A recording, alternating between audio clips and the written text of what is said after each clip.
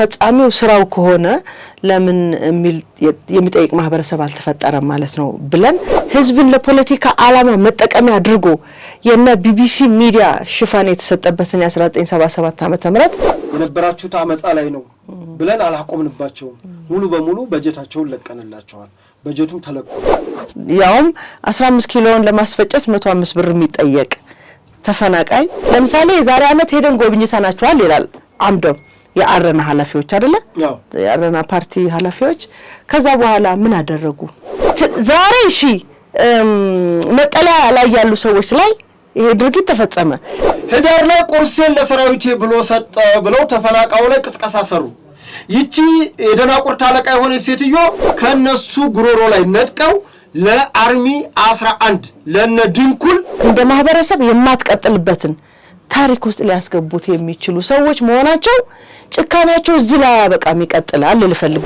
ነገርኩ እኮ 6 እና 7 ልጆቻቸው የሞቱባቸው እናቶች እኮ በየመንገዱ ነው የሚለምኑት አካላቸው የተጎዱ ልጆች በጦርነት ወቅት ከዛም በኋላ ለታክሲ ወጪ ማድረግ ስላልቻሉ በፖርቶ ሜጋሌ በታክሲ በላይ ተጭነው ይሄዱ ነበር ይሄ ህዝብ ባለበት አገር እኔ ለምደው ሹፌሩን ሞቅሰው በዚህ ዘመንም ደግሞ ማንን ነው የሚሸውዱት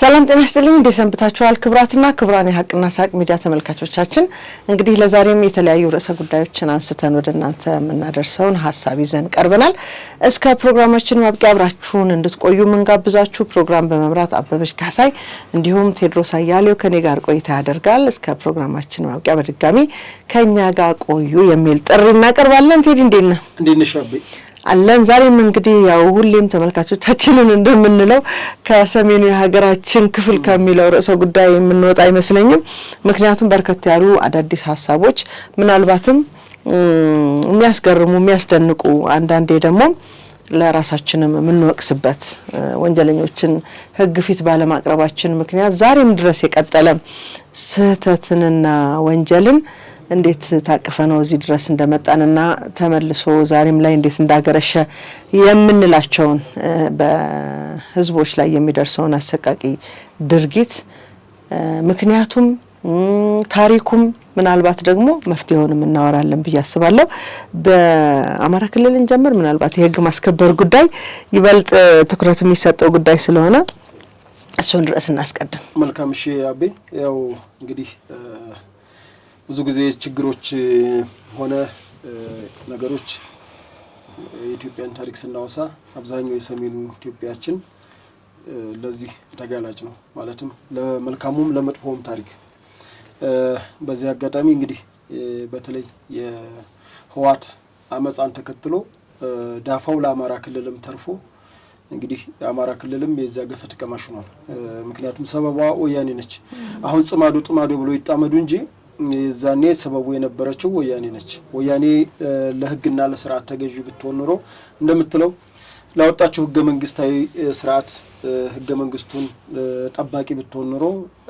ህገ መንግስቱ የሚለው ስልጣን የህዝብ ነው ነበር የሚለው ለዛ ግን ተገዥ ባለመሆን የራስን ጥቅም ወደ ስጋ በማድላት ፖለቲካሊ ስጋ ማለት ነው ስልጣን ወንበር ሌላም ነገር ከመፈለግ ስምና ዝና ከህዝብ ኑሮ ይልቅ ከህዝብ ህይወት ይልቅ የራስን ክብር አስበልጠው ለዚህ ዳርገውና በዚህም ምክንያት እንግዲህ አማራ ክልል ገፈት ቀማሽ ሆኗል በዚህም ትጥቅ አውርድ ተብያለሁ ብሎ በሐሰት ፕሮፓጋንዳ ያው ፕሮፓጋንዳም በሐሰት መፈብረክ ከወያኔ ወሰዱት ነው ብዙ ነገሮችን ወያኔያዊ ናቸው ድርጊቶቻቸው ያንዳንዱ ፕሮፓጋንዳቸው ተግባራቸው ፕሮፓጋንዳቸው እንኳን ያን ያክል አልወረሱትም ያው ስሙን ወጋወጉን ይዘውታል ግን በሐሰት የተነሳው ግጭት የእውነት ሆኖ 3 አመት ዘልቆ በዚህ በ3 አመት ሂደት ውስጥ የተለያዩ አካላት የተለያዩ የጎበዝ አለቃዎች ተፈጥረው ክልሉም ለለየለት ቀውስና ትርምስ ተዳርጎ ነገር ግን በጠንካራው የጀግናው ኢትዮጵያ መከላከያ ሰራዊታችን እንዲሁም በክልሉ ጠንካራ መሪዎች በተለይ እኔ የአማራ ክልልን በግጭት ውስጥ የተፈጠሩ መሪዎችን እጅግ ነው ማከብራቸው እጅግ ነው ማደንቃቸው ምክንያቱም በተለያየ ፕሮፓጋንዳ ሳይጠለፉ ክልላቸውን አጽንተው ህዝባቸውን ጠብቀው ለዚህ አሁን ለተደረሰበት በተለይ አንዱ ጎራ የጽንፈኛ ጎራ የነበረው በተለይ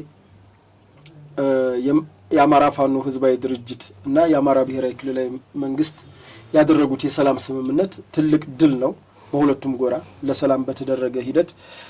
በዚህ ሂደት እንግዲህ እነ ካፒቴን ማስረሻ ሰጤ ወደ ሰላም ከመጡ ጊዜ ጀምሮ በክልሉ በሚታይ ደረጃ አብዛኛው የጽንፈኛው ቡድንም ይሁን የራሳቸው ታጣቂ በገፍ እየገባ ያለበት ሁኔታና ካምፖችም በዚህ ሁኔታ ተዘጋጅተው ወደ ካምፖች የቀድሞ ታጣቂዎች እየገቡ እንደሆነ ለማወቅ ተችሏል። ከዛ ውጭ በዘለለ ግን ስናየው ደግሞ ራሱን አፋባሃ ብሎ የሚጠራው የወያኔና የሻቢያ ተላላኪ እንዲሁም የግብጽ ተልእኮ አስፈጻሚ የባዕዳኑ ተላላኪ ቡድን ማለት ነው።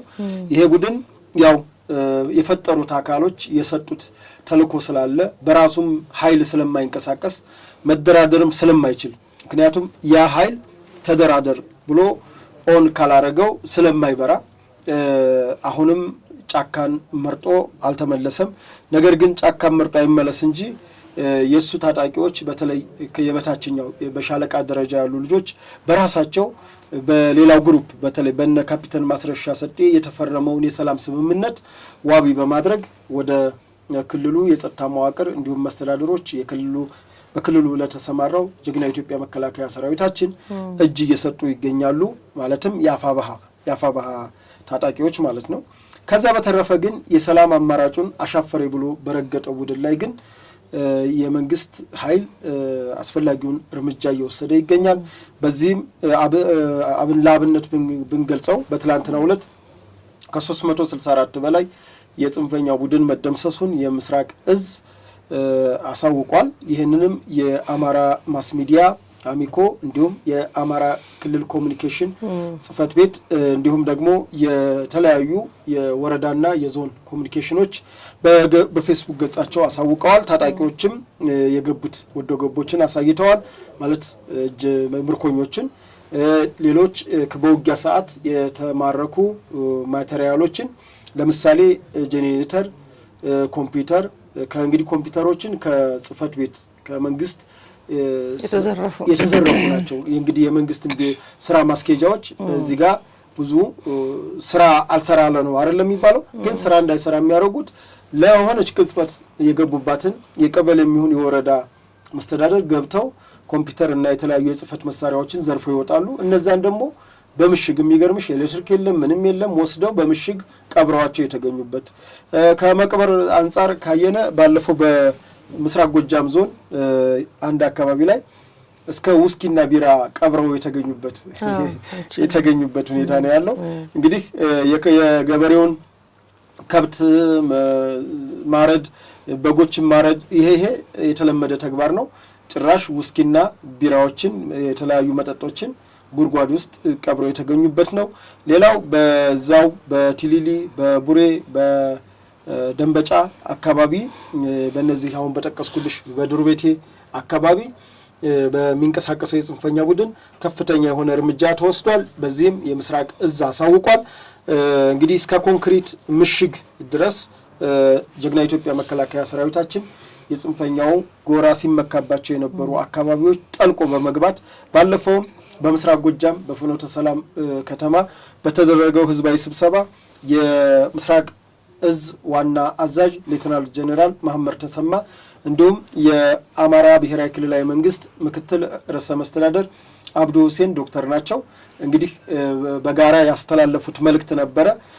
ከዛም ጀነራሉ ምናሉ ከዚህ በኋላ ጸረ ሽምቅ ውጊያ ነው የምንጀምረው። እንግዲህ ሸማቂው ፈርሷል። በያለበት ቦታ ግን ገብተን በየጉዴው ከገባበት ተከታትለን የምንገልና የምናሳደው ይሆናል ብለው ተናግረዋል። ይህንንም ተግባራቸውን ቃል በተግባር እንግዲህ ጀነራል መሐመድ ተሰማ በነገራችን ላይ በሰሜኑም ጦርነት የምናውቃቸው ያው በድሽቃ ርቀት የሚገቡ ባለፈው ጣናነሽን አናሳልፍም ሲል ጽንፈኛው ፊት እየመሩ እልከኛ ናቸው በጣምና ፊት እየመሩ የወሰዱ ድንቅ ጀነራል ናቸው። እንግዲህ በዚህ ልክ ነው መከላከያችን በነገራችን ላይ ጽንፈኛውን እየተዋጋ የሚገኘው።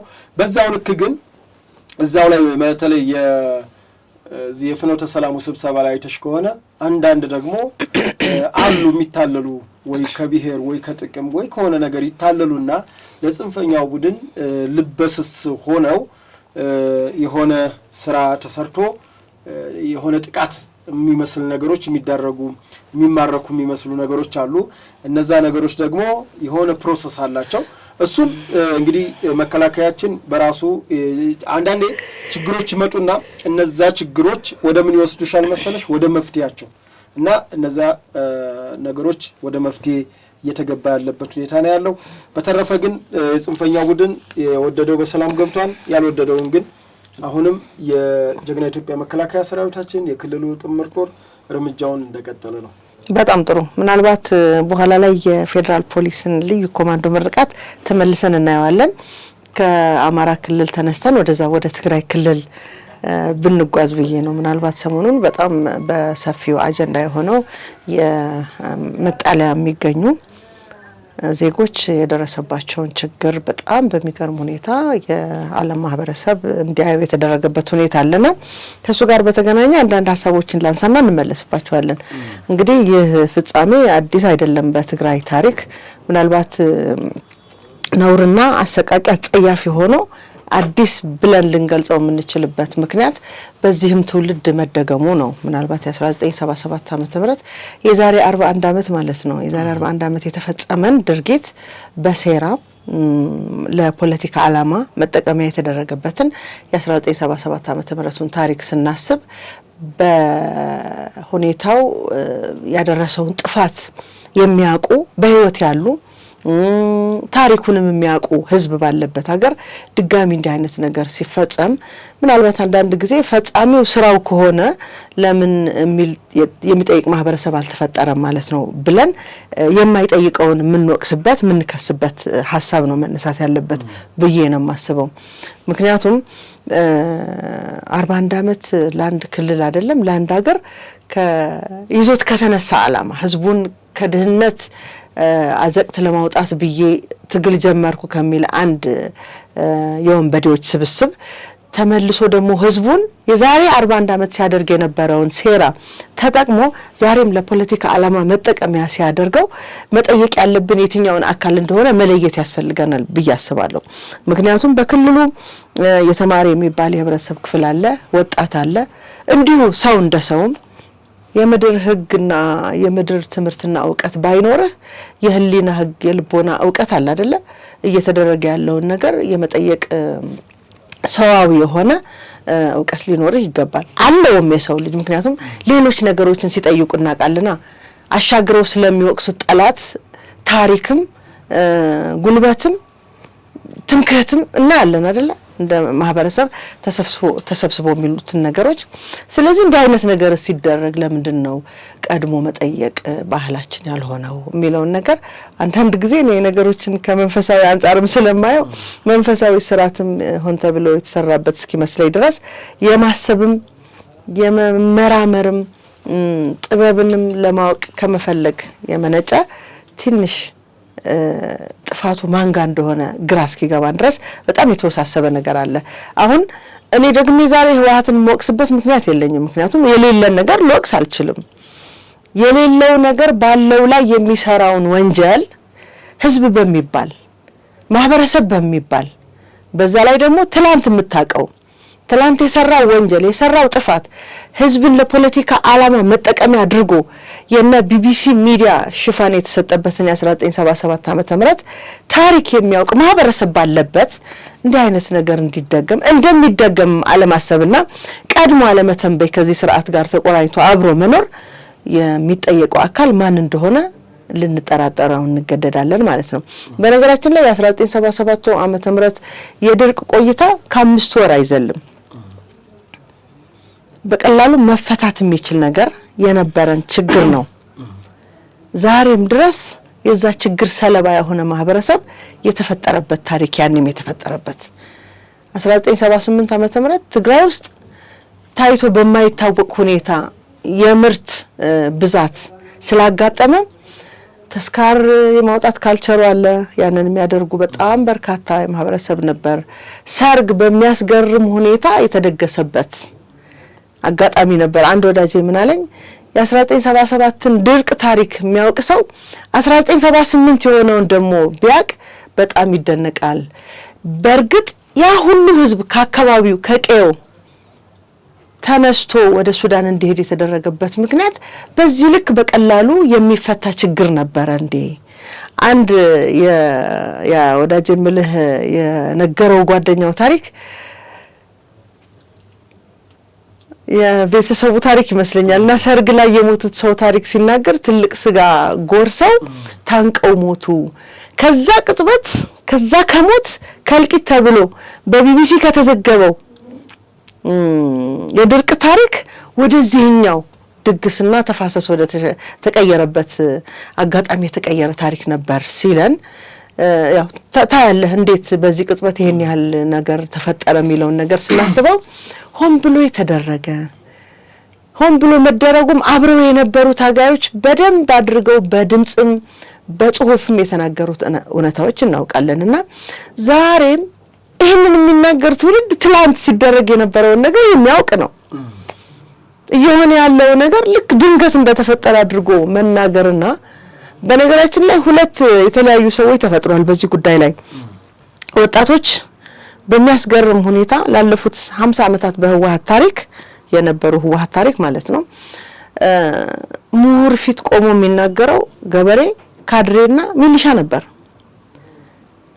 የዩኒቨርሲቲ አስተማሪዎች በላቸው ወጣቶች የዩኒቨርሲቲ ተማሪዎችን በላቸው ሃይስኩል ተማሪዎች ወጣት የሆነው አካል በሙሉ በ50 ዓመቱ የፖለቲካ አስተሳሰብ የጨቀየ የካድሬ የሚሊሻና የገበሬ አመራር ተጭኖት ቁጭ ብሎ ሲሰማ የነበረ ማህበረሰብ ነው። ዛሬ በዚህኛው አጋጣሚ ያየነው ለውጥ ደግሞ መገልበጡን ማየት ችለናል። ወጣቶቹ የዚህ ጉዳይ ባለቤት እኛ ነን የሚሉበት አጋጣሚ ተፈጥሯል።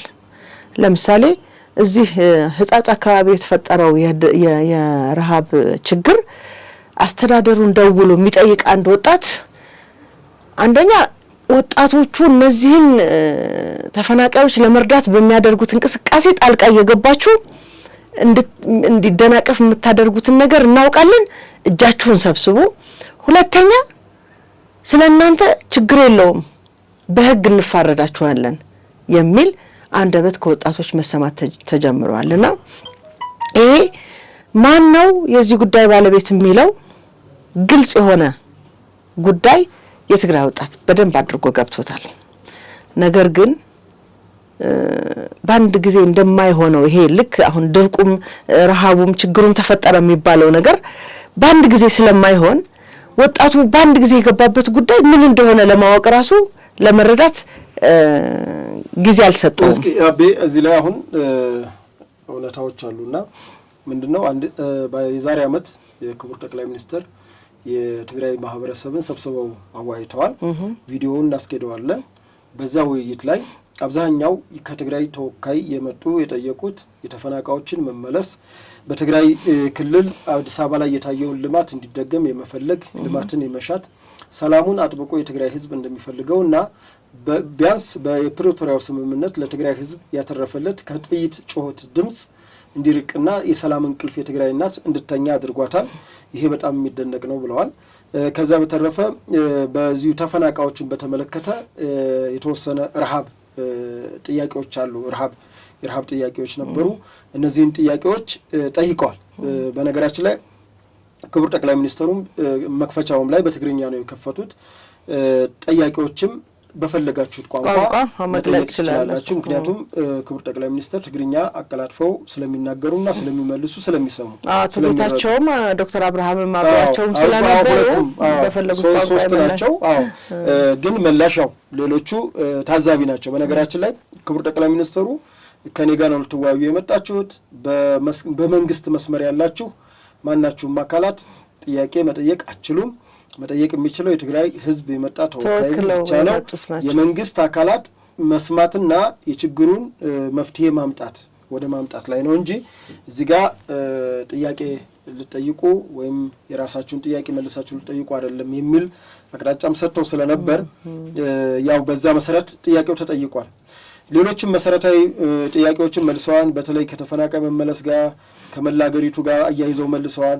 ከወልቃይት ጋር በተያያዘ በተለይ በትግራይ ክልል ምዕራብ ትግራይ የሚባለውን ከወልቃይት ጋር በተያያዘ ግን ያለውን የመለሱበት አውድ ስናየው ምንድነው ያሉት?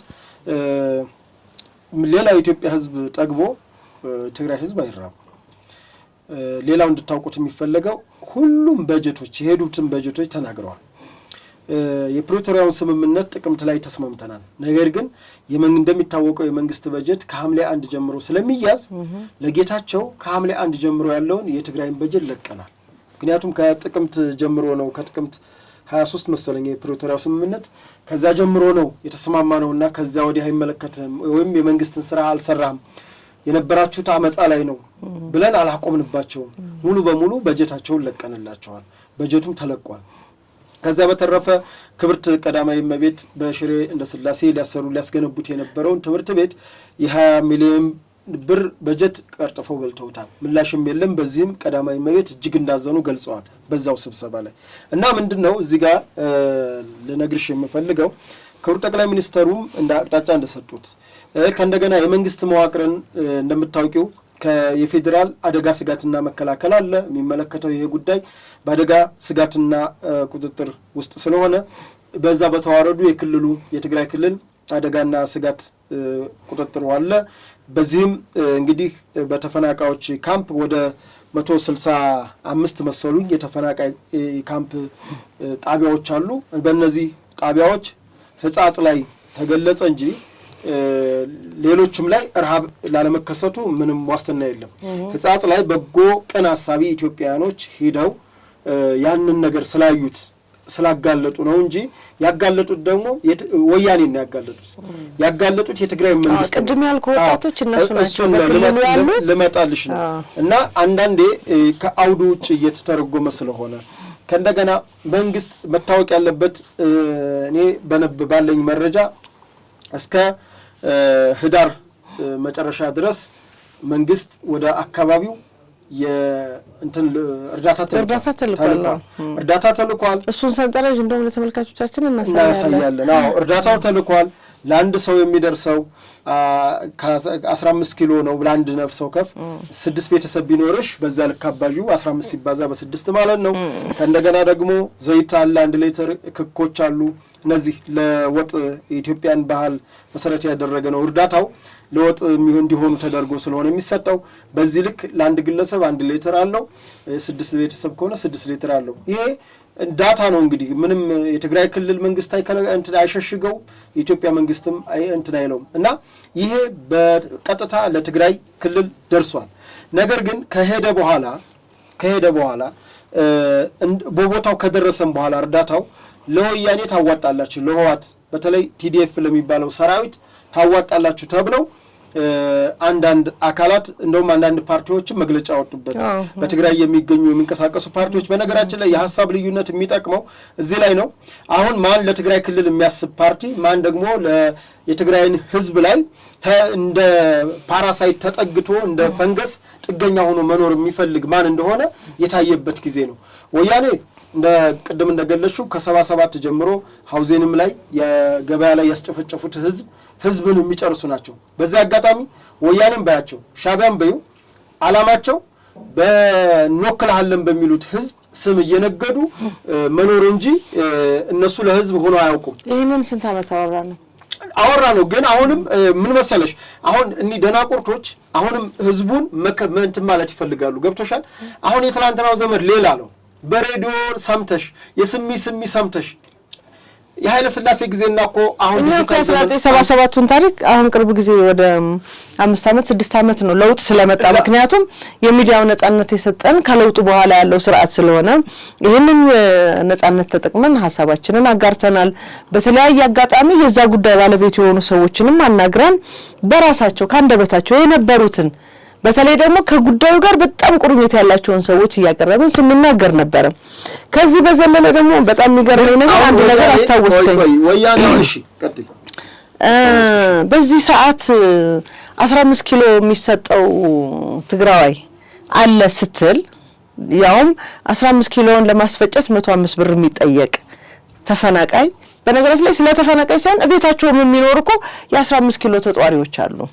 እነዚህ ሰዎች ምናልባት በጦርነት ወቅት ስንሰማው የነበረ ለፕሮፓጋንዳ ዓላማ ሲጠቀሙበት የነበረውን ቋንቋ ለገንዘብ ማሰባሰቢያ በተለይ ደግሞ ዲያስፖራ የነበረው የጦርነት ድጋፍ ያንን ድጋፍ አስታካው ወደ 10 ሺህ ዶላር እንዲያዋጡ አንድ ስብሰባ ተካሂዶ ነበር።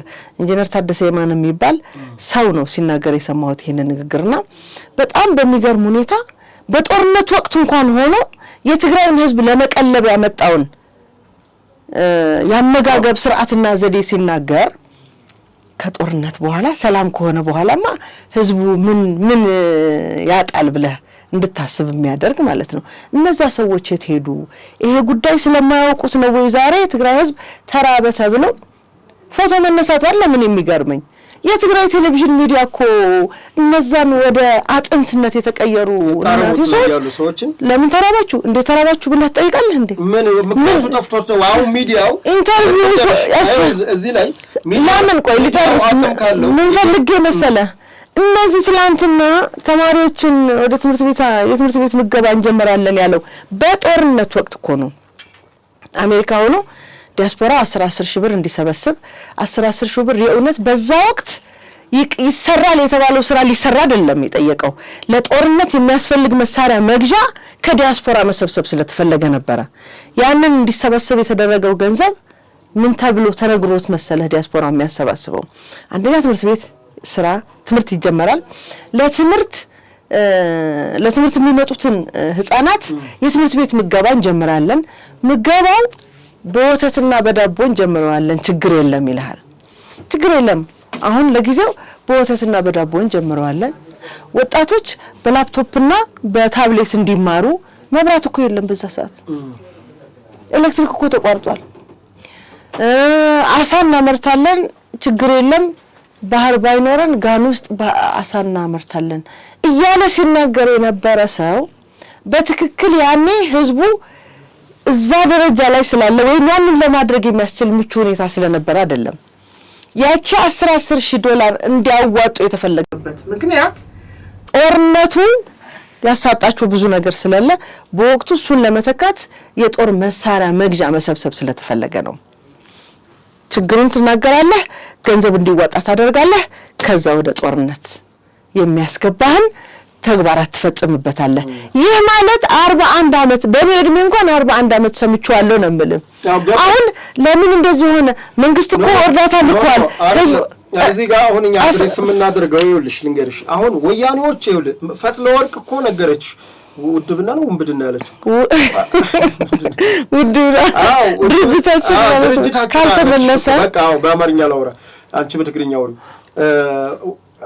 እንትን ድርጅታችን ካልተመለሰ እኛን አትመልሱን አሉን።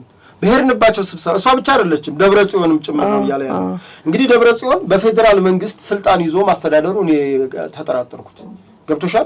በዚህ አይነት አስተሳሰቡ በዚህ አይነት ጭንቅላቱ ሀገርን ምን ያክል የኋሊት እንደመሩ ነው ያስተዳደሩ ምን ነው ገዙንም ምን ነው እሱን ያጅልኝ እና እኚህ ሰዎች በሰው ነፍስ ነው እየቀለዱ ያሉት። እኔ ፈትለ ወርቅም በዩ ደብረጽዮንም በዩ በትግራይ ህዝብ ምን ያክል ቁማር ለመጫወት ምን ያክል ስሌት እየሄዱ እንደሆነ የጭካኔያቸውን እርቀት ነው ያየው። ስራቸው ነው። እንደገና ይሁን ልንገርሽ ወያኔ የምትባል አካል በፊት የኢትዮጵያ ህዝብ ጥላት ነበረች። አሁን የትግራይ ህዝብ ጥላት ነች። ይሄ ነው መታወቅ ያለበት። አሁን ምንም ወደዚህ የምትይው ነገር የለም። በዚህ ዘመንም ደግሞ ማንን ነው የሚሸውዱት ንገረኝ እስኪ። አሁን በትላንትና በ77 ድርቅ ወስደው መረብ ወንዝ ላይ አልኩሽ አሸዋ ላይ እኮ አስጥተው የገደሏቸው የትግራውያን ናቸው።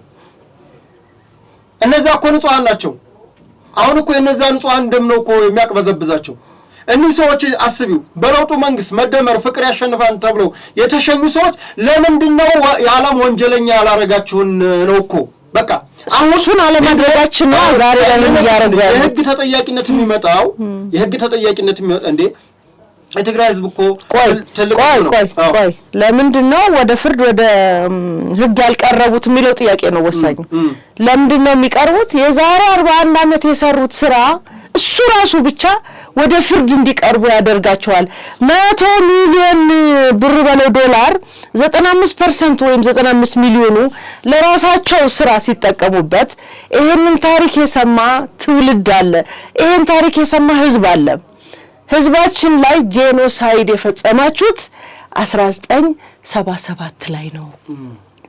ያንን ችግር ባሉበት መፍታት የሚቻልበትን የደርግ መንግስት እኮ ከአውሮፕላን ላይ እህል እየበተነ ነበር እየጣለ ነበር።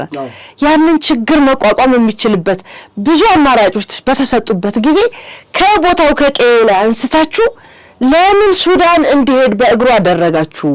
ለምን ቢቢሲ ቀረጸው? ከቀረጸስ በኋላ የገባው ገቢ ለህዝቡ አለመድረሱን አረጋግጠናል ማለት የነበረብን ታሪኩን የሰማን ቀን ነው እንደ ህዝብ። አሁን ወደ ኢትዮጵያ ህዝብ ምናምን አታምጣው። የትግራይ ህዝብ ብቻ በቂ ነው ይሄንን ጥያቄ ለመጠየቅ። የትግራይ ኤሊት ብቻ በቂ ነው ይሄን ጥያቄ ለመጠየቅ። ትልልቅ ዩኒቨርሲቲዎች ያሉበት ክልል ነው። ብዙ ምሁር ያለበት ማለት መለኪያው ያ ቦታ ከሆነ ያለበት ክልል ነው። ያንን ታሪክ ወደ ህግ እንደሚያቀርብ ሳታውቀው ቀርተህ ዛሬ ላይ ለሚደርስብህ ነገር ማንንም መውቀስ ልክ አይመስለኝም። ግን እነሱ ስራቸውን ነው እየሰሩ ያሉት። ልንገርሽ አሁን ስራቸው ደግሞ በትግራይ ህዝብ መቆመር ነው። ስራቸው ደግሞ የትግራይን ህዝብ ለተለያየ አደጋ ጋልጦ እኛ እየደረሰብን ያለ ነገር ጦርነት እንድናነሳ ያስገድደናል፣ ጦርነት እንድንከፍት ያስገድደናል የሚለውን ሁልጊዜም መውጫና ማምለጫቸው ጦርነት እንደሆነ ብቻ ነገር ልጆቹ በመልካም ሐሳብ እንዳነሱት ይገባኛል የህፃጹን ጉዳይ። ምክንያቱም ከአዲስ አበባ የሚሄዱ ልጆች ስላሉ ማለት ነው። ይሄን ማንም ሰባይነት የሚሰማው ሰው አንድ እናት ውሃ እያለች አንድ አባት የሚበላው አጥቶ እኔ በሰሜኑ ጦርነት ብዙ አይቻለሁ። ለለቅሶ ይዳርገኛል፣ ባላነሳው ደስ ይለኛል። እናት በእናት ምንም አይደለም። አባት ግን ልጆቹን እያስከተለ የሚያበላው ሲያጣ እንደማየት የሚያስነውር ነገር የለም። በቃ ይሄን ማየት ይዘገንናል። በቃ ልጆቹ ለምን እንደተሰማቸው አሁን የሚሰማኝ ስሜት አለ የሚያመኝ። ያን ስሜት አይተሽ አቺም ሰው ቆንጆ 6-7 ልጆቻቸው በሁለት የጦርነት ምዕራፍ ያጡ እናቶች እኮ ቤተክርስቲያን በር ይለምናሉ፣ ወድቀው ጎዳና ላይ ተኝተዋል። ነው አይውልሽ ልጆቹ ያዩትን ነገር አንጸባረቁ። የኢትዮጵያ ህዝብ አዛኝ ነው፣ የሌላው ማህበረሰብ አዛኝ ነው። እንደ ሰባይነት ድጋፍ ማድረግ ይሄ ምንም አይደለም። መፍትሄው ግን ማዘን አይደለም፣ ወደ ህግ ማቅረብ ነው። ልመጣ ነው። ነገር ግን ወያኔ ወዳውኑ ያወጣችው መግለጫ ወደ አካውንት የገንዘብ አስገቡ ወዳውኑ ምን መግለጫ ወጣች? አረ ትግስትም ልክ አለው አሉ እንጂ ማነው ትግስት ያለው? ትግስትም ልክ የትግራይ ህዝብ ወይስ ወያኔ? ህዋት ወይስ የትግራይ ህዝብ ነው ትግስትም ልክ አለው ማለት ያለበት? እዚህ ጋር ምዕራብ ትግራይ ላይ ያለ ኃይል ብለው 11ኛ እንትን ይሄ ምንድነው የሚሉት እነሱ እዝም አይደለም አርሚ 11 እንግዲህ አርሚ 11ን ባህላዊ ጄኔራል አብርሃም ተስፋዬ ድንኩል ነው የሚመራው። እንግዲህ ድንኩል ባለበት ተፈናቃዮቻችን ምን አሉ? ቁርሴን ለሰራዊቴ እንግዲህ አስቢ ቁርሴን ለሰራዊቴ ብሎ ሰጠ። እንዴ ትናንትና የምዕራብ ትግራይ ህዳር ላይ እኮ ነው ህዳር አሁን ማን ነው ታህሳስ ህዳር ላይ ቁርሴን ለሰራዊቴ ብሎ ሰጠ ብለው ተፈናቃዩ ላይ ቅስቀሳ ሰሩ። ይቺ የደናቁርት አለቃ የሆነ ሴትዮ ውድብና ወንብድና እያለች ካልተመለሰ እኛ እንመለስም አሉና ይላሉ። ፖለቲካ እየሰሩ ነው። በማን ላይ? በረሃብተኛ ላይ። በማን ላይ? በተፈናቃይ ላይ። እዚህ ጋር የፌደራል መንግስቱ ተፈናቃዮችን የትም ቦታ መልሻለሁ፣ አሁንም ምዕራብ ትግራይ ላይ ያለው ነገር የህዝብ ውሳኔ እስከሚያገኝ ድረስ በመከላከያ ሰራዊት ውስጥ ሆኖ ነገር ግን ህዝቡ መመለስ ይችላል፣ ቤቱ መግባት ይችላል። ተፈናቃይን የጦር መሳሪያ ታድርጉት አለ ፌደራል መንግስት። አርሚ 11 መሪ ድንኩል ቁርሴን ለሰራዊቴ ህዳር ቁርሴን ለሰራዊቴ ብሎ የሰጠ ተፈናቃይ ታህሳስ ተራበ ተቸገረ። ስለዚህ ማን ነው ተጠያቂ ማድረግ ያለብን? ያ ቁርሴን ለሰራዊቴ ተመገብኩ ያለውን ሰራዊት አንደኛ ተጠያቂ ማን ነው? እሱ የህብረተሰብ አካል ነው፣ ህዝብ ነው። እሺ ቀጥይ። የህብረተሰብ አካል ነው፣ ህዝብ ነው። አመራሩ ህዝቡ የወከለው ወይም የመረጠው ወይም ተገዶ የተሾመበት አካል ነው። እሱ ይጠየቃል። ለምን እየሆነ ያለውን በየቀኑ እንደውም እሱ ምን አለ በየቀኑ በየወቅቱ ሪፖርት አደርጋለሁ እየተራቡ ነው ብዬ ይላል። እሱ ምናልባት ራሳቸው አመራሮቹ ሲመልሱ እኛ እናቀም ነው ያሉንና እንዲህ አይነት ውዥንብር የሚፈጥሩ ሰዎች የህዝብ አካላት ሆነው ህዝቡ ራሱ እነዚህን ሰዎች አያቸውም አያገኛቸውም ብለን አናስብም። ለምሳሌ የዛሬ ዓመት ሄደን ጎብኝተናቸዋል ይላል አምዶም የአረና ኃላፊዎች አይደለ? የአረና ፓርቲ ኃላፊዎች ከዛ በኋላ ምን አደረጉ? አንድ ዓመት ማለት ስንት ሰው አልቋል በመሃል። የዛሬን ሁኔታ የዛሬ ዓመት አይተውት ከነበር በዚያ አንድ ዓመት ውስጥ ስንት ሰው አልቋል? እነዚህ ሰዎች የህዝብ አካላት አይደል እንዴ? አመራሩ ከህዝብ አይደል እንዴ ወጣው? ህዝቡን ይመስላል ማለት ነው። ለምንድን ነው ህዝቡ እነዚህን ትላንትም ከትላንትም ወዲያ የተፈጸሙ ወንጀሎችን በየጊዜው ስንናገር ለነዚህ ሰዎች እኔ ለጥቂት ለነሞንጆሪና ለምናምን ለምንድን ዛሬ ተጠያቂ ማደርገው? ነገርኩ እኮ 6 እና 7 ልጆቻቸው የሞቱባቸው እናቶች እኮ በየመንገዱ ነው የሚለምኑት። አካላቸው የተጎዱ ልጆች በጦርነት ወቅት ከዛም በኋላ ለታክሲ ወጪ ማድረግ ስላልቻሉ በፖርቶ ሜጋሌ በታክሲ በላይ ተጭነው ይሄዱ ነበር። ይሄ ህዝብ ባለበት አገር እኔ ለምንድነው ሹፌሩን ወቅሰው? ስርዓት የሚያስተካክለው ማን ነው? ጥሩ የነዚህን ወጣቶች እንቅስቃሴ እናደንቃለን። ወደ ህግ ማቅረብ የሚለው ታሪክ ትላንት ካልሰራው ዛሬም ባንተ ላይ ተመሳሳይ ድርጊት ይፈጸማል። ከዚህ በላይ ባናወራበት ደስ ይለኛል። እዚህኛው ጉዳይ ላይ አይውልሽ አሁን እኔ መልካም መደማደሚያ ብንሰጠው መልካም ነው። ምን መሰለሽ አሁን ቁርሴን ለሰራዊቴ ያለው አካል ድራማ እኮ ነው። እስከ ዛሬ ብዙ ታሪኮች ተሰርተውበት ህዝቡ አሳምሮ ያውቀዋል። ድራማ ነው። ወያኔ ምን ጊዜ ምንድነው መሰለሽ የምታደርገው ራሱ ህዝቡ ይበልጣል። ወያኔ ህዝብ ነው እንጂ የሚበልጠው። ታዲያ የሚበልጠው ነው እኛ መጠየቅ ያለብን። ስለዚህ ነገ በዚህ በቀረው ህዝብ ላይ ትላንት የሆነው ነገር አለመፈጸሙ ምን ዋስትና አለ? ዛሬ እሺ መጠለያ ላይ ያሉ ሰዎች ላይ ይሄ ድርጊት ተፈጸመ። ከዛሬ በፊት ጠቅላላ ህዝቡ ላይ ተፈጸመ። ምን ጦርነት ተጀመረበት፣ መውጫ መግቢያ እንዳያጣ ተደረገበት። ህዝቡ ይህንን ሁሉ መከራ ሲያገኝ ህወሓት አንፈራርቶ ወጣ። ቆይ አሁን ለመጨረሻ ጊዜ ይህንን የረሃብን አጀንዳ የፈጠሩበት ምክንያት ጦርነት መክፈት ስለፈለጉ ነው። ስለዚህ ትላንት በተራቡ ሰዎች ላይ የተፈጸመው ድርጊት ትንሽ በመጠለያ ላይ ያሉ ብለን እናስባቸው። ነገ በሚሊዮን የሚቆጠረው ህዝብ እየመጣበት ያለን አደጋ ካላወቀው ላንተ እዛ እሳት ውስጥ ህዝብ እንደ ህዝብ ጦርነት ሲጀመር እንደ ትላንትናው አደጋ ላይ ሊጥሉ ስለፈለጉ ነው ይሄን ያረጉ ያሉት። ከነሱ መፍትሄ እንዳጠብቅ የራስን እርምጃ ወሰድ ካላል ነው ካስተመን ነው አንጠቅመውም። ምን ጠቅመው እውነቱን ነው መናገር ያለብን። ህዝብ ሚዛን ነው። ትላንትናም ቢሆን ምን ያክል እንደቀጠፉና እንደዋሹ ማሳየት ስላለብን ነው። አንቺ አንድ ሺህ ውሸት ዋሽተዋል። 77 ነው። እኔ ትላንትናውን ግጭት ልንገርሽ። የትላንትና የሰሜኑን ጦርነት በዛ በሰሜኑ ጦርነት ወቅት አሁን ሎክ ተደረግን ነው የሚሉት አይደለ? የተደረግን ያሉት ተደርገዋል። ከተደረጉም ምንድነው ሰላማዊ እንቅስቃሴ ሊኖር አይችልም። ምክንያቱም ፍለፊት ግንባር ያለው ውጊያ ነው የተጀመረው። መደበኛ ውጊያ ላይ መቼም ሰላማዊ ሲቪል መኪና እንቀሳቀስም። በዛ ሁኔታ ግን የኢትዮጵያ መንግስት ማመስገን ስላለብን ነው።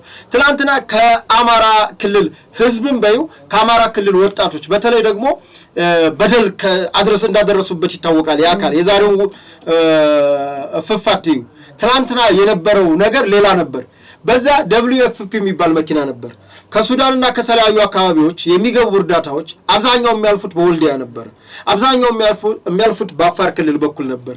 በጦርነት መካከል ሆኖ ትልቅ ኮምቦይን ሰርቶ እጀብ አድርጎ ትግራይ ክልል አስገብቶ ሲቀልብ የነበረ መንግስት ነው የፌደራል መንግስት። በዚህ ውስጥ አሁን እነዚህ ስታሊን የፌደራል መንግስቱን ተጠያቂ ለማድረግ የሄዱበትን ርቀት ስላየው ነው። ስታሊን ትላንትና የሚወቅሱት የፌደራል መንግስት በዛ ጦርነት መካከል ይሄንን የአማራም ክልል ህዝብ ያውቃል፣ የትግራይም ክልል ህዝብ ያውቃል፣ የአፋር ክልል ህዝብም ያውቃል። የመንግስት እርዳታ WFP እየወሰደ ሲሰጥ ነበር። እንደውም WFP ሲገጥመው የነበረውን ችግር ልንገርሽ። በሰሜን ወሎ በኩል በተለይ ወልዲያ አካባቢ ላይ ችግር ስለነበረ ራብ ስለነበረ መኪናዎች እኛ ያለን ራብተኛ ላይ ራብ ተከስቶ እንዴት ነው የሚያልፈው እየተባለ አባቶቻችን መስቀል ይዘውና እነ ሀጂ በቁርአን እያስማሉ ነበር ህዝቡን ተው እያሉ ተው ይሄ የትግራይ ህዝብ ሀቅ ነው እያሉ ነበር ሲያሳልፉ የነበረው። እውነቴን ነው የምነግርሽ። እሷን ነው የሚገርመው። ካለፈ በኋላ መኪኖቹ እርዳታ ይዘው ገቡ አይደለ? መኪኖቹ እንዳይወጡ አደረጉ ከክልል። ከዛ ደግሞ ሰራዊት ጭነውበት መጡ። ይሄንን ሁሉ የሚረሳ ታሪክ፣ ይሄንን የሚረሳ ህዝብ አለ እንዴ ትግራይ ላይ? ይሄ ህዝብ ይሄንን አይኑ አይቷል። ባይኑ ያየው ታሪክ ነው። የትላንትና ታሪኩ ነው። የ3 ዓመት ታሪክ ነው ማወራው እንጂ አንቺ 41 ዓመት ስለሄድሽ ኖ የትላንትና ታሪክ ላይ እኮ ነው። አሁን ህግ ማስከበር ሂደት ላይ አሁን ያልካቸው እርዳታ ገቡ። መኪኖቹ እንዳይወጡ አደረጓቸው። ተናግረናል። መኪኖቹ እንዳይወጡ እየተደረገበት ያለ ምክንያት ቀድሞውንም ለትግራይ ህዝብ እርዳታ እንዲገባ ካላቸው ፍላጎት ሳይሆን ሰራዊት ጭነውበት ወደዚህ ሊመጡ ስለፈለጉ ነው ብለናል እኮ እኛ። ሰራዊትም ጭነውበት ተመልሰው አንዳንዶቹ በድሮን ጥቃት ተመተዋል። አይተናል ከነፎቶ ከነማስረጃው። እሱን እንዳለ ሆኖ አሁንም የፌደራል መንግስቱ ያደጋና ስጋት ተጠይቆ ነበር፣ ሪፖርት ተጠይቆ ነበር። እኛ ከክልሉ የላክነው ቀለብ ስላለ ከክልሉ እንዲህ ራብ የሚያስከስት ችግር ጣቢያዎቻችን ውስናቸው ሪፖርት አልቀረበም ብሏል። ስለዚህ ሪፖርት ባልቀረበበት ቅን ልቦች ባላቸው ቲክቶከሮች የተፈጠረውን ዘመቻ እንደውም ማንን ገበና ገለጠ መሰለሽ? ወያኔን ለምን አድርጎ እነዛን ለመሞት ትንሽ ጣረሞት የቀራቸውን የትግራይ ቲቪ ያሳያቸው ማለት ነው። ሌላ አይደለም። የትግራይ ቲቪ ያሳየንን ለሞት ትንሽ የቀራቸውን ሰዎች ላይ ከነሱ ጉሮሮ ላይ ነጥቀው ለአርሚ 11 ለነ ድንኩል ለነ ባህላይ ጄኔራል አብርሃም ተስፋዬ ለነ ድንኩል እርዳታ ማለት ቁርሴን ለሰራዊቴ ብሎ ሰጠኝ የሚል ጨካኝ ሌላ ሞንጆሪኖና እሱ ዶክተር ደብረጽዮን ምን አረጋገጡልን? ውድብና ካልተመለሰ ድርጅታችን ካልተመለሰ እኛ እንመለስም ብለው አሉን እያሉ የሚያሾፉባቸው። ሸራ ደግሞ እዚህ ላይ አንዱ ፓርቲ ያጋለጠው አለ 6 ቤተሰብ ያለው ግን ሲሉት እኔ እኮ የህዋት አባል አይደለሁም። የህዋት አባል የሆነውን ጠይቁ። አባሎቹ ከሚሰጠው 15 ኪሎ 3 ኪሎ እንዲቀነስ ተብሏል ለድርጅት። ያ ማለት 6 ቤተሰብ 3 ጊዜ 6 ምጭው 18 ኪሎ ነው። 18 ኪሎ ወያኔ ተወስዳለች ማለት ነው። ይሄንን ቀንስ ሲባል እኔ እኮ የድርጅት አባል አይደለሁም ሲል የሚተኛበትን ሸራ ገፈው ወሰዱበት። ሰውየው ለፀሐይና ለዝናብ ለብርድ አጋለጡት። ከዚህ በላይ ጭካኔ ያለው እና በትግራይ ህዝብ እየቀለደ ያለው አንደኛ ከዚህ በላይ ጭካኔ ተጠብቀዋል። ሁለተኛው ራሱ ህዝቡ በወያኔ እስትንፋስ ለመተንፈስ ወይም ለመረገጥ እየተዘጋጀ ነው ያለው። ይሄንን በቃይ ብሎ እንደነዚህ ፓርቲዎቹ አሁን ወጥተውለታል። አይኑን የሚገልጥ እኮ ወጥተውለታል። አይኑን የሚከፍት አካል ወጥቷል። ከፓርቲዎች መካከል በነገራችን ላይ የነሱን አጀንዳ የሚያስፈጽም እንደሆነ የምታውቀው መግቢያውን የረሃቡን አደጋ የሚቃወም አስመሰለና ሳልሳይ ወያኔ ነው። ነገር ግን በዚህ ሁኔታ ምርጫው ለማካሄድ የሚፈቅድ ሁኔታ የለም ብሎ እነሱ የሰጡትን አጀንዳ ቀድሞም እነዚህ የተራቡ ሰዎች ለምን እንደተራቡ ምክንያቱን የሚያረጋግጥልን መግለጫም ሲያወጡ እየሰማናቸው ነው። ይሄ አንድ። ሁለተኛ ከዚህ በላይ ጭካኔ ያለው የምትለው እሱን ነው እኮ ያልኩ ያለሁት። እነዚህን ጥቂት የተራቡ ሰዎች አሳይተውን ጥቂት ማለቴ ካለው የህዝብ ብዛት አንፃር ባየነው ቦታ ላይ ያለውን መጠን ማለት ነው። አዎ ነገር ግን የነዚህ ሰዎች ተርበዋል ተብሎ ማሳየት ለዓለም ማሳየት ቀጥሎ የሚመጣው ከሱ የከፋ ጭካኔ የተሞላበት ድርጊት ጦርነት የሚባል ዳግም ማታንሰራራበት ዳግም እንደዘር እንደ ማህበረሰብ የማትቀጥልበትን ታሪክ ውስጥ ሊያስገቡት የሚችሉ ሰዎች መሆናቸው ጭካኔያቸው እዚህ ላይ በቃም ይቀጥላል ልፈልግ ነው። በነገራችን ላይ እቺ ከርዳታ እህል ስንዴ አንድ ጊዜ ነው ስለ ሀገር ላይ አቅርቤዋለሁ። 10 ዓመት ሙሉ 10 ኪሎ ሰጥተው የሸኟቸው ሰዎች ታሪክ ማለት ነው። መሬታቸውን ሲወስዱ 10 ኩንታል ሊሰጧቸው በጊዜ ሂደት ደግሞ የገንዘብ ካሳ ሊከፈላቸው የታሰቡ ናዕዴር አዴት የሚባል አካባቢ ያሉ ማህበረሰቦች ናቸውና ያኔ 50 ኪሎ እሽጋለች። 50 ኪሎ ሲታሸግ እንግዲህ እርዳታ ሰጪ አካል ለማሸጊያው ታሳቢ ተደርጎ 51 ኪሎ ይታሸጋል። 1 ኪሎ የማሸጊያ ተብሎ ማለት ነው። ያኔ እችን 50 ኪሎ ወይም 51 ኪሎ ሲሰጧቸው 1 ኪሎ ትርፍ ስላለ ብለው ቀንሰው ነው የሰጧቸው። ዛሬ አይደለም እኮ ጭካኔው የጀመረው ግን እየቀጠለ እየባሰ እየከፋ ነው የሚሄደው እንጂ ያንንማ በነገራችን ላይ ትላንት የነበረውን ጭካኔ ተለማምደውበት ነው የሚሻገሩት እንጂ አስተካክለውበት አይደለም የሚሻገሩት። ስለዚህ የከፋ ችግር ነው ለማምጣት የፈለጉት ዛሬም ላይ ይህንን ሲያሳዩን። ነገር ግን ዛሬ እነሱን አልወቅስም። ከትላንት ወዲያ ከትላንትና ከዛሬ እየከፋ የመጣውን ጭካኔ ታሳቢ አድርገህ እንደ ማህበረሰብ መውሰድ ያለብህን እርምጃ መጠየቅ ያለብህን አመራር የመጠየቅ ስልጣን ያንተም እንደሆነ ማመን እኮ ያስፈልጋል። የመጠየቅ መብትም የኔ ነው ብሎ ማሰብ ያስፈልጋል። ይሄንን ማድረግ ካልተቻለ ትላንትም አውርተናል፣ ከትላንት ወዲያም አውርተናል፣ የዛሬ 5-6 ዓመትም አውርተናል፣ ነገም ልናወራ መፍቀድ የለብንም። ስለዚህ የዛሬውን በትግራይ በኩል ያነሳነውን አጀንዳ እዚህ ላይ እንቋጨው። ምክንያቱም ወደ መፍትሄው መሆን ስላለበት የምንሄደው መፍትሄውን ደግሞ ህዝቡ ከሚያነሳው የመፍትሄ ዳይሬክሽን አንፃር እኛም ይሄ ቢጨመርበት ፌደራል መንግስትም የምናስገድደው ነገር ካለ እንድናስገድድ፣ ለምሳሌ የፕሪቶሪያ ስምምነት እንዲፈጸም እንዲተገበር ብለው የተለያዩ የፖለቲካ ፓርቲ የክልሉ ማለት ነው የሚያነሱት ጉዳይ አለ። ያ ማለት ደግሞ ጥምር የሽግግር መንግስት ይቋቋም የሚል ፕሪቶሪያ ህግ ላይ ከተቀመጡት አንዱ መተግበር መቻል አለበት የሚሉበትን ምክንያት እኔ ደግፋለሁ። ምክንያቱም ያንድ ወንጀለኛ ፓርቲ ያውም ለምርጫው ቆስቀና የሚለው ይቅርታ አቤ እኮ ለምርጫው ተመረሳቸው የሚለው ለምርጫው አሁን ለታ ታደሰ እኮ ጨረሰው እኮ አሁን ግንቦት ላይ ነው የሚደረገው። ይልቅ የሚሻለው አሁን አይውልሽ ሌላ ርዕስ ልታስመጪ ነው። ቆይ አይደለም እዚህ ላይ ምን ሆነ መሰለሽ ፕሪቶሪያው ስምምነት የሚለው አንደኛ የኢትዮጵያን ህጋዊ ማዕቀፎችን መቀበል ነው። የፌደራል መንግስቱን ህገ መንግስቱና ህገ መንግስታዊ ስርዓቱን ማክበር ነው የሚለው። ህገ መንግስትና ህገ መንግስታዊ ስርዓቱን ስታከብሪ ምን ታከብሪያለሽ? አብረሽ ምርጫን ታከብሪያለሽ። ምርጫ 7ኛው ምርጫ እየመጣ ነው። አንዱ ከፌደራል መንግስት ጋር እኮ ያጣላቸው 6ኛው ምርጫ በወቅቱ መካሄድ አለበት አለች ወያኔ።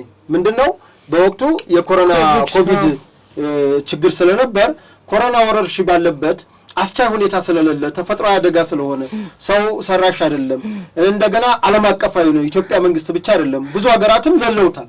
እና በምንም ሁኔታ ደግሞ የኛ ያለን የህዝብ ብዛታችን አኗኗራችን ንክኪያችን አሁን ማን ነው አትነካካ ብትዩ ራሱ የመምረጫ ስርዓታችን እስክሪብቶ ትነካኪ ነበር ምናምን ብቻ አስቻይ ነገር ስለሌለ የኮቪዱን በራሱ ጭንቀት የፈጠረው ነገር እንኳን ለመርጣለው መረጣለው ልትይቀርና አኖራለው አልኖርም የምትይበት ጊዜ ነበር። ሰው መቼም ሲያልፍለት ሁሉ ነገር ከጭንቀት ስለሚገላገል ነው እንጂ ትላንትም ማሰብ አንፈልግም ፈሪዎች ስለሆነ እና የትላንትና የኮቪዱ ሐሳብ የነበረው አኖራለው አልኖርም ነው እንጂ ማን የሚባለው መሪ መርጬ ያስተዳደረኛል አልነበረም። ይሄ ስለሆነ አላስኬድም ማለት አላስኬድም ብቻ ሳይሆን አስቻይ ነገር የለም። ምርጫ ቦርድም ማቀረበ በዛ ምክንያት ህዝብ ተወካዮች ምክር ቤት ለቀጣው 2013 ሁኔታዎቹ ታይተው እንደሚደረግ ካልሆነም እኮ ሊቀጥል ነበር። ሁኔታዎቹ ታይተው ይቀጥል። ለመቀጠላችንስ ምን ዋስትናለን? ሰው ልጅ በፈጣሪ እጅ በነበረበት ሰዓት ዓለም ተጨንቆ በነበረበት ሰዓት እንግዲህ ዓለም አቀፍ ነው ራሱ ጤና መምሪያውን እንኳን ዓለም አቀፉን የሚመራው እኮ ቴድሮስ አድሃኖም ነው።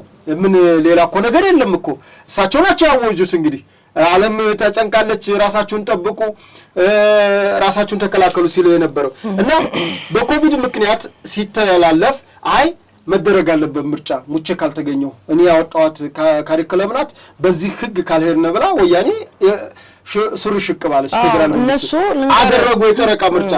በዛ ምክንያት አንዱ ጠባቸው እኮ ከፌደራል መንግስት ጋር የሚያጋጫቸው የጨረቃ ምርጫ አደረጉ። ያንን ፌደራል መንግስቱ እንዲያጸድቅላቸው ጠየቁ። አይሆንም ይሄ ህግ ወጥቷል፣ ይሄ ህግ ደግሞ የፌደራሉን ህግ ይጣረሳልና በአግባቡ ግቡ ተባሉ። እምቢ ብለው ቀጠሉ። ያው እንግዲህ አንዱ በጨረቃ ምርጫ ያደረጉት የፕሪቶሪያ ስምምነት የሚለው የጨረቃው ምርጫ ነው ያፈረሰው። ስለዚህ ፌደራል መንግስቱ ባለበት የብልጽግና ተወካይ ሌሎችም ተቃዋሚ ፓርቲዎች ባሉበት ትግራይ ክልል ላይ ይሄ ነው ጥምር መንግስት የተባለው። ስብጥር ሆናችሁ አስተዳድሩ ተባለ። ብልጽግና ይቅርብኛል። ክቡር ጠቅላይ ሚኒስትርም ተናግረውታል። ብልጽግና ይቅርብኝ ራሳቸው አስተዳድሩና ለምርጫ እንድረስ። ለመቼ? ለሰባተኛው ሀገር አቀፍ ምርጫ። አሁን ለሰባተኛው ሀገር አቀፍ ምርጫ ለመሄድ ደግሞ አንደኛ ፕሪቶሪያ ስምምነት የሚለው ወያኔን ህዋትን ከአሸባሪነት ማውጣት ነው። ተወካዮች ምክር ቤት ተቀርቦ ከአሸባሪነት ወጣችና ህጋዊ ፓርቲ ሆነች። ላይሰንስ ወሰደች።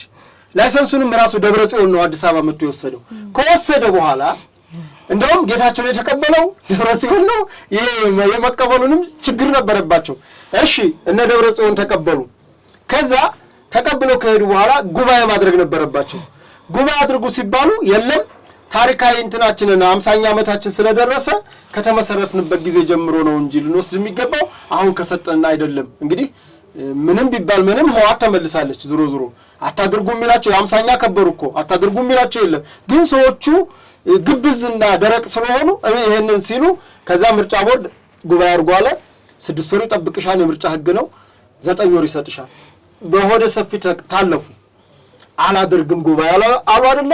ጉባኤ ያላደረገ ደግሞ በምርጫ ቦርድ ህግ ምርጫ ቦርድ እንጂ እኮ መንግስት አይደለም እኮ የከለከላቸው። ምርጫ ቦርድ በጊዜ በወቅቱ ጉባኤ ያላደረገ ፓርቲ እውቅና ይሰርዛል።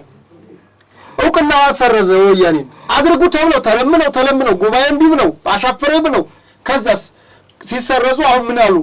ህወሓት ደግሞ አዩት ደግሞ በምርጫ መሳተፍና ወደ ስልጣን መምጣት ስላለባቸው ሲያዩት ትላንት በትቢት እምቢ ብለው የመለሱት እንትን ሰርቲፊኬት አሁን አስፈለጋቸው።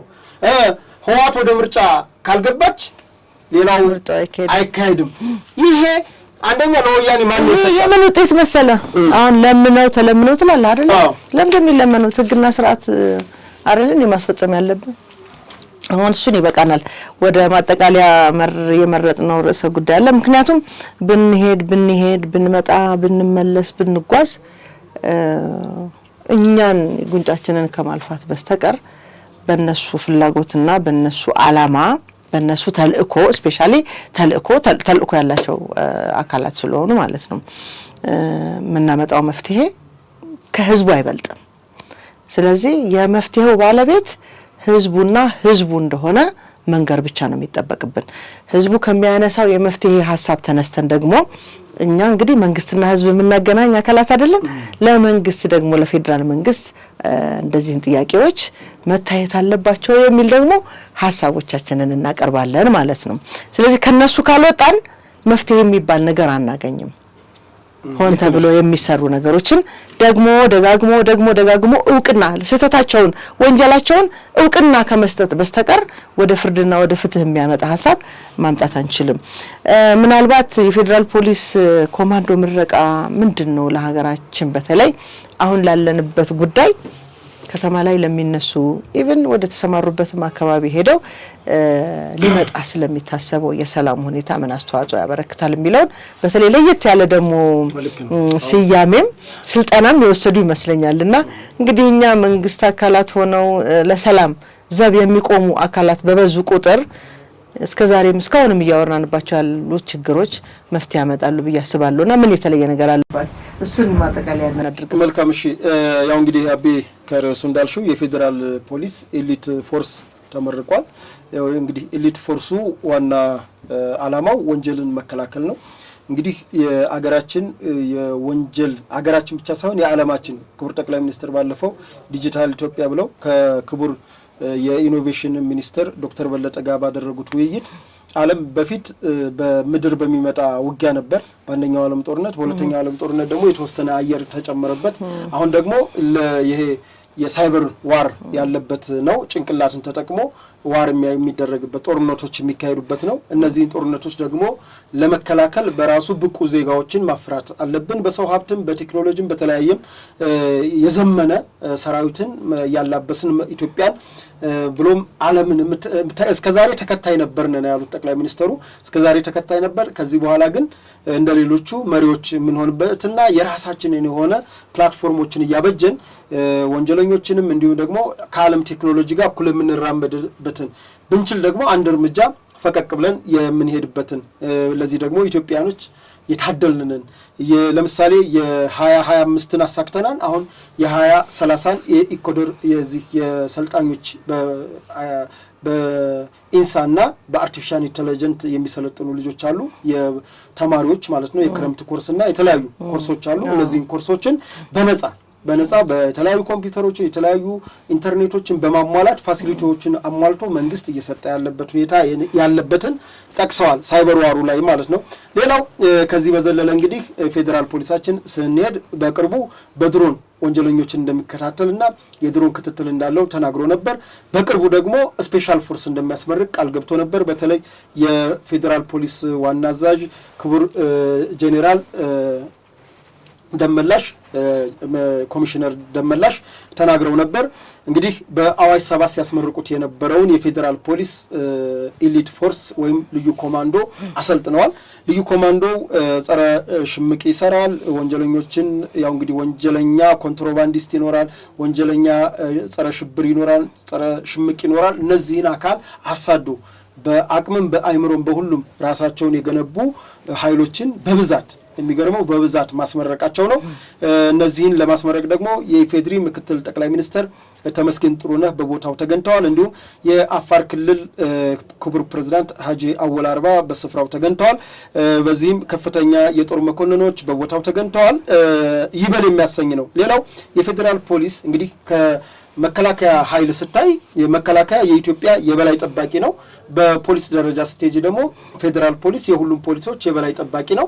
እንግዲህ ፌዴራል ፖሊስ ያው እንደምታውቂው በሁለቱ ከተማ መስተዳደርና በተለያዩ በ12ቱ ክልሎች የትም ቦታ ላይ አስቸኳይ ጊዜ ችግር ሲኖር በተለይ ከኦነግ ሸኔ ከአማራ ጽንፈኛ እንዲሁም ከትግራይ ኃይሎች ጽንፈኞች ጋር ፊት ለፊት በመፋለምም የሚታወቅ ኃይል ነው። እንዲህ ዝም ብለሽ ፖሊስ ብዙ ጊዜ የህዝብ ከሰላም አስከባሪ ከምን ጋር የሚሄድ ነገር አለ ትልልቆቹን ተቋማት በመጠበቅ እና እስኪ እንደው ይሄ ኃይል በራሱ መመረቁና ይሄ ኃይል መምጣቱ በሀገራችን የህግ የበላይነት እንዲሰፍን በተለይ ከሰሞኑ የህግ ማስከበር የአዲስ አበባ ፖሊስ እየሰራ ያለው የሀገራችንን ስምና ዝና ለማቆሸሽ እንዲሁም በመረዳትም ባለመረዳትም ሲሄዱ የነበሩ ቲክቶከሮችን በማስታገስም ደረጃ ትልቅ አቅሙን አሳይቷል።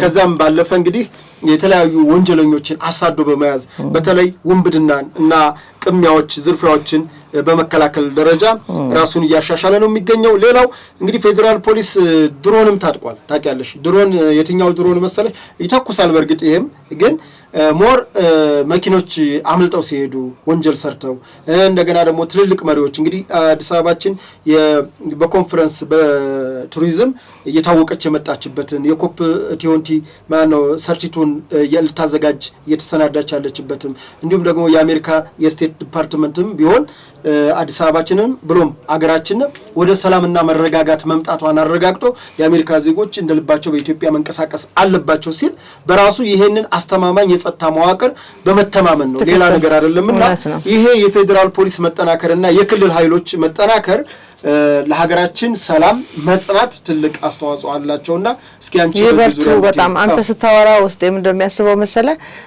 አንድ ነገር የሆነ ነገር እየሆነ ነው ካልክ ከትላንትናው በተሻለ ወደ ሌላ ምዕራፍ ተሻግረናል ማለት ነውና ስታወራ እንግዲህ ከዚህ በኋላ ችግር ሲያጋጥም እንደ አሜሪካው 911 ደውለ ችግሩ በቀላሉ የሚፈታበትም በተለይ ደግሞ በከተማ ውስጥ እስከዛሬ ድረስ ሳይታሰብ ቀርቶ አይደለም የጸጥታ ኃይሉ ባለው ጠንካራ እንቅስቃሴ እየከሸፉ ስለሆነ እንጂ ይህንንም ደግሞ በይበልጥ ከዚህም በኋላ ይበልጥ ችግሮቻችን ከመከሰታቸው በፊት ቢከሰትም በዚህ ቅጽበት የሚደርስ ኃይል እንዳለ እንደሚፈልጉት ሳይስፋፋ ጥፋትም ሳይደርስ መቼም ቅድምም ስትል ነበር እንደውም ላነሳው አስቤ የረሳሁት ነገር ነው ያስታወስከኝ በትግራይም ክልል እንዲሁም በአማራም ክልል ተመሳሳይ በመጠለያ የሚገኙ ሰዎችን ያሉበትን ሁኔታ ደብቀው ካቆዩ በኋላ እንዲወጣ ያደረጉበት ያለ ምክንያት አንዱ አሁን ኢትዮጵያ ያላትን ምስል ለማጠልሸት ካላቸው ፍላጎት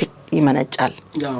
ይሄ ገጽታዋን ለማበላሸት የሚደረግ ጥረትም እንደሆነ ይታወቃልና እነዚህን ሁሉ ነገሮች በቀላሉ ከትላንትናው የጸጥታ ኃይል እንቅስቃሴና አቅም በላይ የተሻለ እየሆነ እንደሆነ የተሻለም እንደሚሆን በተግባር የምናይበት አጋጣሚ ነውና ተመራቂዎችም እንኳን ደስ ያላችሁ ማለት እንፈልጋለን። ኢቭን ኢትዮጵያውያን ሌላው እንኳን ደስ ያላችሁ ማለት ፖሊስ ያስተዋወቃት አፓለች እና እሷ በማስተዋወቅ ስላለብን ነው። አንደኛ ፌዴራል ፖሊስም ሆነ ህዝባዊ ፖሊሱ ማለት በየክልሎች አሉ፣ በሁለቱም ከተማ መስተዳድሮች አሉ የህዝባዊ ፖሊስ ሰራዊት።